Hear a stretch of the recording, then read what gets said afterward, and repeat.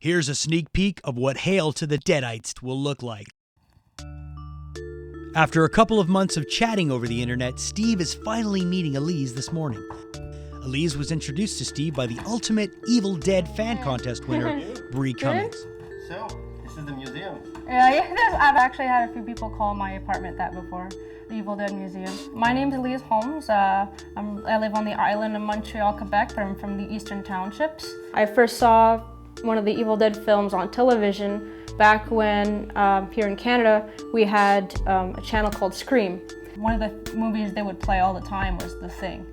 Finally, a commercial for Evil Dead 2 came on, and I remember seeing it, and I was like, wow, this looks amazing, I gotta see this one. I just fell in love with the film so much that I would go to school and talk about it. And then one of my friends was like, well, you should watch Army of Darkness. And I was like, what's Army of Darkness? He goes, it's a sequel. And I was, there's a sequel?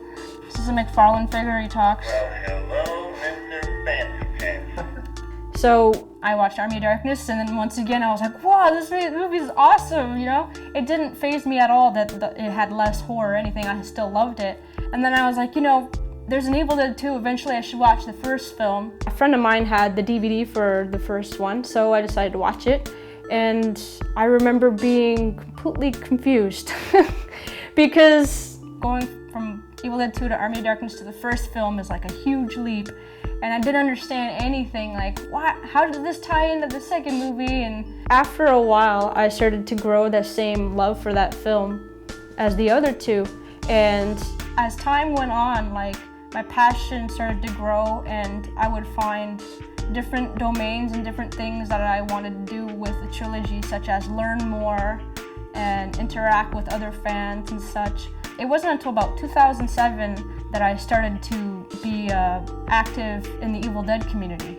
When I found out so much about how the first film was made, it only fueled to my passion, because like, this movie was made on a string budget by a bunch of people who were my age at the time. And it's amazing that even with the flaws and everything, it's still a classic to this day. This is Laserdisc, is very special. It's the only one I have, but you know, I plan to get more. I actually want to get a Laserdisc collection. This one is the Japanese Herald Videogram Laserdisc, and it has a blue tinted transfer, kinda. Most people believe this is the best transfer of the Evil Dead that exists. Okay. And then one year, my friend got me an action figure for my birthday. It had never clicked to me that I could buy action figures. So I was like, I should get an Ash action figure. And that opened another door to me to collecting. And now it's my #1 passion. All I do is I collect. I tend to buy a lot of things. So my collection's worth a lot, but it's not expensive stuff, but it's because I have a lot of things. This was like, I paid 300 and something for this. Whoa. Yeah. It's actually the most I've ever spent on a collectible. Evil Dead is just, now, it's a huge part of my life. There's not a day that goes by I don't think about it. This is what most people commonly refer to as the Evil Dead Museum. So Elise was kind enough to show her collection. It took over 2 hours to walk around the living room and the bedroom to discover such an amazing collection. Action figures, lunchboxes, DVDs, posters, signed prints, board games, books, masks. She's got it all.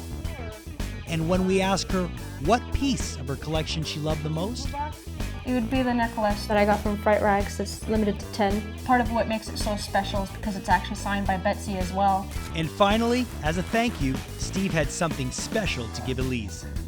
Seriously, from Ohio, from Tom. Oh man, that is so cool. Thank you so much. The title page, page 3. Yeah. I like the fact that it's a page from the book. It's great. Elise, you bastard, why are you torturing me like this? Why? Looks like Tom Sullivan just made this day a happy Deadites Day.